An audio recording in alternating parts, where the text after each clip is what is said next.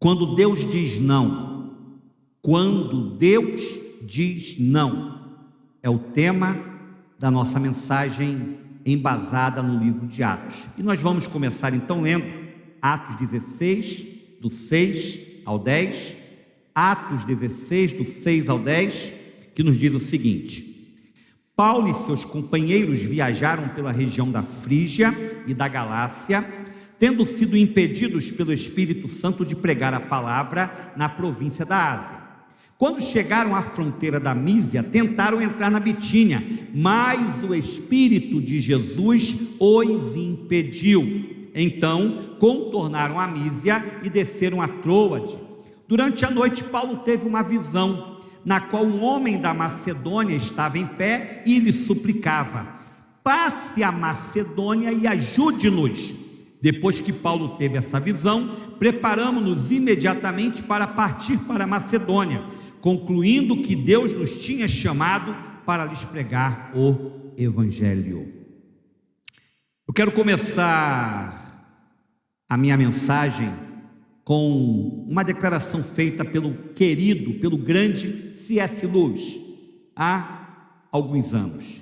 Ele disse o seguinte: no mundo há dois tipos de pessoas: as que, em submissão e amor, dizem a Deus: seja feita a tua vontade, e aquelas a quem o próprio Deus diz: seja feita a sua vontade. Leia aí, capte um pouco mais essa mensagem para ver se você consegue digerir o conteúdo dela na sua inteireza. Prenda-se um pouco mais a ela. Em que categoria você se encontra em relação a esses dois grupos? Você é do tipo que consegue ouvir o não de Deus e saber que há sempre outra porta aberta diante da que se fechou, ou é insistente e obstinado para ir até o final em seus propósitos, mesmo quando as evidências mostram que Deus não está mais com você, aprovando o que você está executando? A verdade é que a igreja de hoje, a igreja do século 21, ela é uma geração mimada, que não sabe ouvir uma resposta negativa de Deus, como meninos estragados em sua educação, que não admitem que seus pais não lhes deem o brinquedo tão desejado, então fazem birra, batem o pé, geram um maior escândalo na loja. A maldita teologia da prosperidade nos tem apresentado um Deus com D minúsculo, um Deus que é servo e não senhor, um Deus que vive para nos satisfazer em nossos deleites e sonhos, um Deus que de forma alguma quer entristecer o nosso coração. Precisamos ser sinceros em nossa leitura da palavra de Deus. Ela nos mostra que Deus não é uma máquina programada para nos servir em nossos caprichos. Deus não é como um gênio dos desejos do filme Aladim. A Bíblia está repleta de vários nãos de Deus para os seus filhos. É o que vemos aqui na passagem que acabamos de ler. Paulo está na sua segunda viagem missionária. Lembra-se? Estamos na segunda viagem missionária de Paulo. Ele sai de Antioquia e, ao invés de ir para Chipre, que foi o caminho de Barnabé, ele vai costeando para chegar às cidades onde outrora ele pregara a palavra. Observe, de acordo com a sua intenção original, Paulo queria simplesmente voltar às igrejas que ele havia fundado em sua primeira viagem, a fim de fortalecer os irmãos na fé. Mas por duas vezes, diz o texto bíblico de Atos, Deus impede Paulo, Silas e Timóteo de pregarem a palavra onde eles queriam. Você já pensou nisso? Não há nada mais importante nesse mundo do que a pregação do Evangelho de Jesus. E Deus é tão soberano que, caso Ele queira, ele pode até mesmo nos impedir de pregar a sua palavra. Isso acontece porque a nossa visão é turva, parcial, incompleta, mas a visão de Deus é sempre total e abrangente. Pensamos que algo nos é melhor ou melhor para o reino de Deus, mas Deus desfaz nossas intenções como uma marola derruba o mais belo castelo de areia, porque os seus propósitos estendem-se para a eternidade. Observe o que nos disse Isaías 55, versos 8 e 9. Pois os meus pensamentos não são os pensamentos de vocês, nem os meus caminhos são como os seus caminhos, declara o Senhor. Assim como os céus são mais altos do que a terra, também os meus caminhos são mais altos do que os seus caminhos, e os meus pensamentos mais altos do que os seus pensamentos. Vamos nos lembrar, por exemplo, de Moisés, homem que falava com Deus face a face, a personagem bíblica mais importante do Velho Testamento. Nunca houve um líder como Moisés em toda a história de Israel, e Deus o impede de entrar na terra prometida com a qual ele sonhara tanto tempo. Vamos a essa passagem? Olha o que diz: naquela ocasião implorei ao Senhor, ó soberano Senhor, tu começaste a mostrar a teu servo a tua grandeza e a tua mão poderosa. Que Deus existe no céu ou na terra, que possa realizar as tuas obras e os teus feitos poderosos. Deixa-me atravessar, eu te suplico, e ver a boa terra do outro lado do Jordão, a bela região montanhosa e o Líbano. Todavia, por causa de vocês, o Senhor irou-se contra mim e não quis me atender. Basta, ele disse, não me fale mais sobre isso. Deuteronômio 3, 23 ao 26. Moisés ganhou um grandioso não de Deus, apesar de toda a intimidade que tinha com o Senhor. Pensemos ainda um pouquinho em Davi, o homem chamado segundo o coração de Deus, tão importante nas Escrituras Sagradas, que o nosso Jesus foi chamado de filho de Davi. Vamos a uma passagem triste, o texto em que Deus se recusa a responder a sua oração.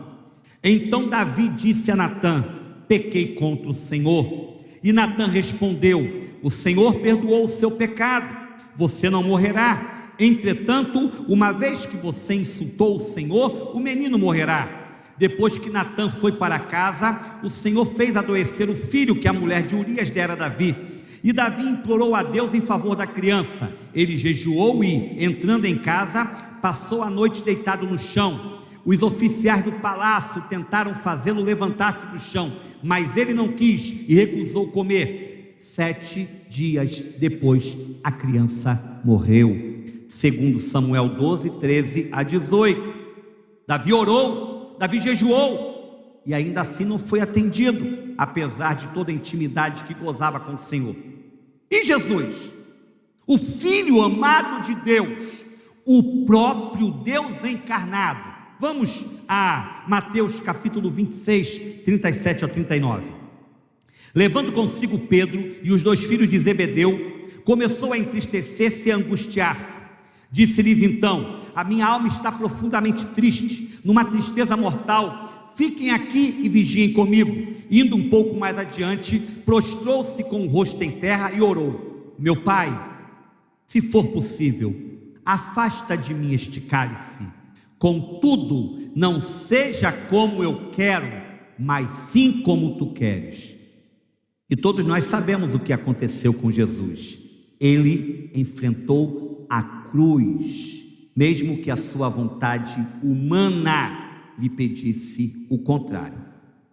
E para terminar essa seleção frustrante de orações não respondidas, o clássico exemplo de Paulo. Vamos, segundo aos Coríntios 12, do 7 ao 9. Para impedir que eu me exaltasse por causa da grandeza dessas revelações, Foi-me dado um espinho na carne, um mensageiro de Satanás para me atormentar. 3 vezes roguei ao Senhor que o tirasse de mim, mas ele me disse: minha graça é suficiente para você, pois o meu poder se aperfeiçoa na fraqueza. O que podemos aprender dessas passagens bíblicas? Deus é o Deus que abre portas, sim, nenhuma dúvida, mas Deus também é aquele que fecha portas quando Ele decide agir assim. E nós precisamos aprender a ouvir o não de Deus, porque o seu não implica em realidades maiores a serem desfrutadas por mim e por você, para abençoar ainda mais o reino de nosso Pai Celeste. Voltemos para Paulo e para o livro de Atos em especial. O que Paulo queria originalmente? Apenas rever os seus irmãos, fortalecer as igrejas por onde ele havia passado anteriormente. Só que Deus tinha muito mais para o apóstolo. Deus tinha a implantação de novas congregações. Então o Senhor muda a rota de Paulo. Havia gente nova para ser alcançada, e Deus dá a Paulo uma visão para que ele pudesse entender isso. Está lá em Atos 16, versículo 9. Durante a noite, Paulo teve uma visão, na qual um homem da Macedônia estava em pé e lhe suplicava: passe a Macedônia e ajude-nos. A Bíblia diz que Deus revela a sua vontade aos seus filhos sempre. Deus nos dá visões como a que Paulo recebeu em sua caminhada, porque Deus tem prazer em nos manifestar os seus propósitos eternos. Vamos para Romanos, capítulo 12, versículo 2. Não se amoldem ao padrão deste mundo, mas transformem-se pela renovação da sua mente, para que sejam capazes de experimentar e comprovar a boa, agradável e perfeita vontade de Deus. Boa, agradável e perfeita vontade de Deus. Diga-me, neste exato momento, você está certo, absolutamente convicto de que a boa, perfeita e agradável vontade de Deus está se cumprindo em sua vida?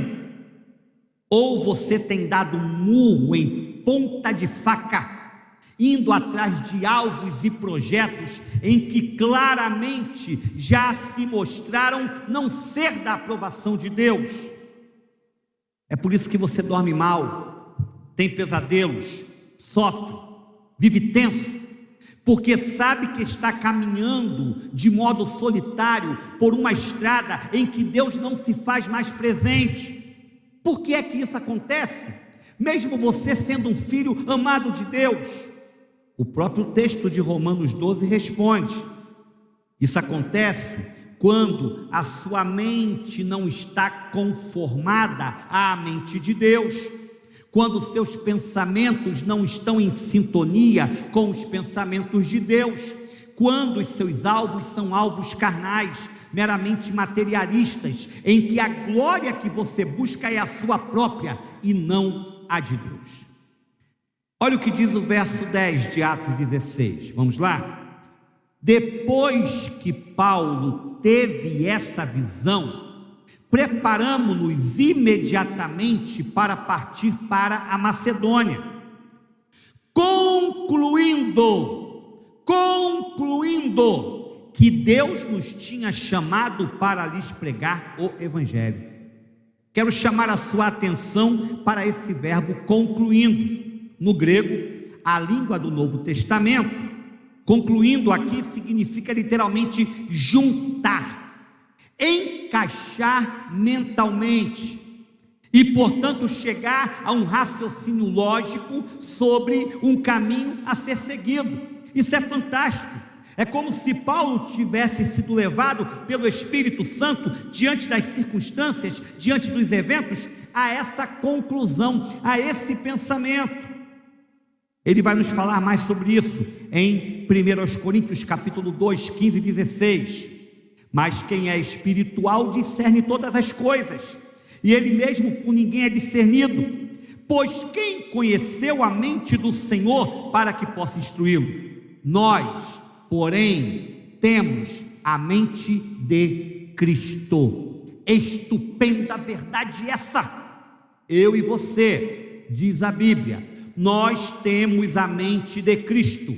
Ou seja, quando Deus diz um não, nós temos discernimento para não entrarmos em desespero, nem insistirmos egoisticamente na manutenção de nossa vontade pecaminosa, porque o não de Deus não é, muitas vezes, sinal de desaprovação divina, alguma espécie de castigo recebido por algum erro cometido. O não de Deus pode indicar livramento, o não de Deus pode representar uma escolha ainda mais excelente para nós à frente. E sinceridade, não sei quanto a você, mas posso falar por mim. Quantos nãos de Deus nós temos recebido nesses últimos dias? Quantos projetos, sonhos interrompidos, casamentos adiados, empresas fechadas, relacionamentos rompidos, finanças descontroladas, empregos perdidos. Sem dúvida, precisamos aprender a ouvir o não de Deus como um tempo de novas portas abertas à nossa frente, como um tempo de nos reinventarmos e caminharmos por outras veredas, para que de fato estejamos bem no centro da vontade do Senhor. A minha oração é para que você, filho de Deus, filha de Deus, não se desanime, não se desespere, não se angustie diante de alguma porta fechada pelo Senhor, porque se você é filho de Deus, filha de Deus, e eu creio que você é, porque senão você não estaria aqui agora ouvindo essa mensagem. Deus tem um caminho sobremodo mais excelente, como tinha para Paulo, Silas e Timóteo. Ele tem guardado para você. Deus o abençoe. Deus a abençoe, para que você saiba esperar no Senhor a manifestação da sua vontade, porque é isso o que realmente nos importa, vivermos no centro da vontade de Deus. Um beijo grande no seu coração, que essa palavra gere frutos na sua alma e possa gerar frutos ao seu derredor. Fique na paz de Jesus.